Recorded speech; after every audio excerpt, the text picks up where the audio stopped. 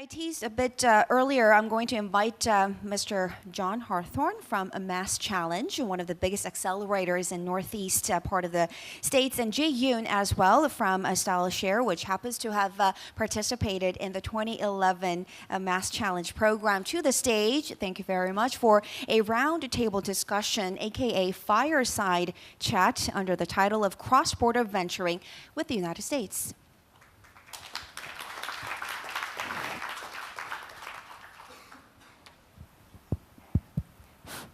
So, good afternoon, everybody. Thank you for joining us here today. And hopefully, some of you might already have had the chance to meet John Harthorne, the CEO of MassChallenge. And my name is Jayoung Yoon of StyleShare. So really, it's been 3 years since we met at the MassChallenge. So just going over the program, there are so many startups and accelerators from all around the world, driven startups. And if we say globally driven startups, how much do you think is important to have an American presence? Cool. So yeah, we've accelerated almost 500 startups over the first 4 years of the program. This is now our 5th year. So within a month, we'll have our award ceremony October 29th. We will have accelerated almost 600 startups. So we've seen quite a few, and they've gone on to raise the 489 we've done to date, have raised over $600 million, have over $350 million of revenue, and have created over 4,000 jobs. So there's been a lot of growth. There's definitely kind of a hockey stick in the distribution of that. So there's several teams with over $50 million worth of funding individually, and that seem really well poised to do well. I think there's a lot of characteristics you could look at to identify success in an early stage startup, but the number one thing is just passion.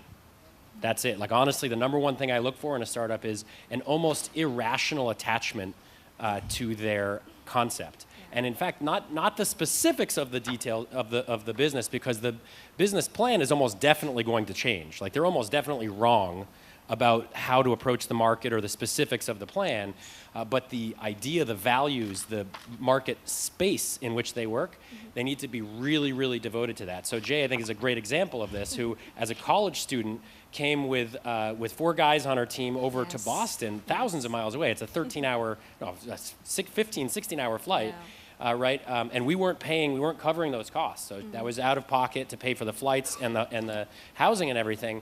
It's kind of a crazy act, right? It truly was. And that's really the first thing that I look for in somebody to say, it's similar to who I would like to employ. If you're willing to do the job for free, then I'd be willing to pay you. Right, but you need somebody who's just irrationally attached to it. That's the first and foremost.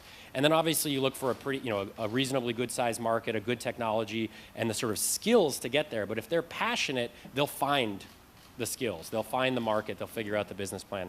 So I think that's really the most important thing. And then in terms of a presence in the US, I think that's becoming less and less important. It's still relevant today. The US startup ecosystem is ahead of the rest of the world, so it's easier to connect with funding, with mentorship, with customers, with the talent base. But I think increasingly there's a lot of engineers elsewhere around the world, so there's a lot of talent elsewhere.